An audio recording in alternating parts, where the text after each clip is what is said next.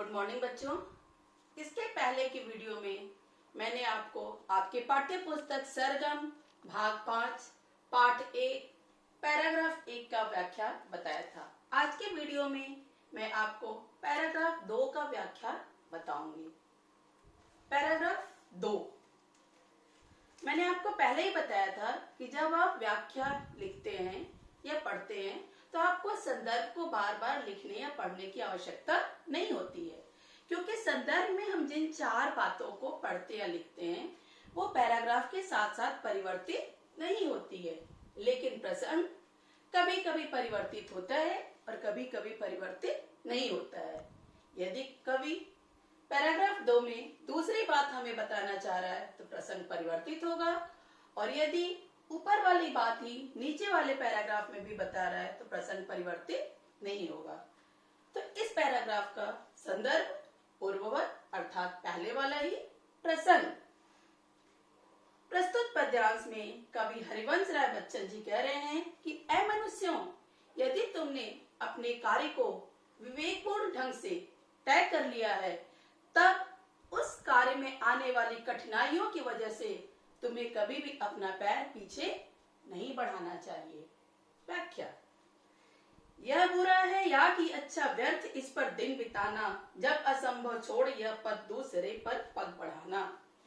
कवि हरिवंश राय बच्चन जी कह रहे हैं कि ऐ मनुष्यों, जब तुमने किसी भी कार्य को अपने बुद्धि और विवेक से तय कर लिया है कि हमें इस कार्य को अपने जीवन में करना है, तब यह बुरा है या कि अच्छा व्यर्थ इस पर दिन बिताना, तब बार बार यह सोचना कि हमारा यह काम सही होगा या नहीं, हम इसमें सफल होंगे या नहीं, इस बात के बारे में बार बार सोचना और अपना समय बर्बाद करना ठीक नहीं है। अर्थात जब आपने अपने बुद्धि और विवेक से अपने जीवन पथ पर चलने के लिए राह का चुनाव कर लिया है तब उस राह पर हमें आगे बढ़ जाना चाहिए। तो जब असंभव छोड़ यह पद दूसरे पर पग बढ़ाना। अपने द्वारा चुने गए रास्ते पर चलने के लिए अब आप यह मत सोचिए कि यह काम हमारे लिए असंभव है या मैं इस कार्य को नहीं कर सकूंगा, मैं इस कार्य को नहीं कर सकूंगी। नहीं, अब आपको यह सोचना नहीं चाहिए, बल्कि अपने डिक्शनरी से यह असंभव शब्द को निकालकर उस काम को करने के लिए आगे बढ़ जाना चाहिए। क्योंकि जब आप उस काम को असंभव समझकर दूसरे रास्ते को तय करेंगे तब आप जीवन में किसी भी रास्ते पर चलने में सफल नहीं हो पाएंगे। इसलिए आपने अपने बुद्धि विवेक से जो रास्ता तय कर लिया है अब उस रास्ते पर आगे बढ़ जाइए।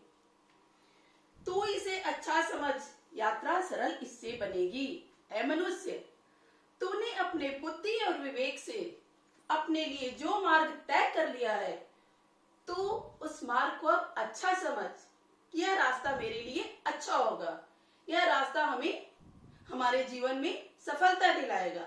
जब तुम ऐसा सोचकर अपने मन में ऐसा ठान कर उस रास्ते पर चलोगे तो तुम्हें तुम्हारे जीवन में सफलता अवश्य मिलेगी और तुम्हारा मार्ग भी सरल हो जाएगा। सोच मत केवल तुझे ही यह पड़ा मन में बिठाना।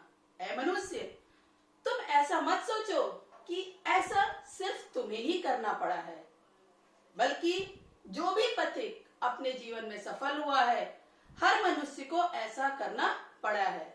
अर्थात जो भी सफल हुआ है वह अपने चुने हुए कार्य को करने के लिए अपना तन मन धन सब कुछ लगा दिया है, तभी उसे जीवन में सफलता मिली है। हर सफल पंथी यही विश्वास ले इस पर बढ़ा है। जो भी मनुष्य सफल हुआ है वह इसी विश्वास के साथ कि मैंने जो रास्ते का चुनाव किया है वह रास्ता मेरे लिए सही है, आगे बढ़ चला है, तभी वह जीवन में सफल हो पाया है। तू इसी पर आज अपने चित्त का अवधान कर ले। ऐ मनुष्य, तुम आज जो काम का चुनाव कर लिए हो उसी काम को करने में अपना पूरा चित्त लगा दो, अपना पूरा ध्यान लगा दो पूरे मनोयोग से उस काम को करना प्रारंभ कर लो। तुम्हें जीवन में सफलता अवश्य मिलेगी। पूर्व चलने के बटोही बाट की पहचान कर ले।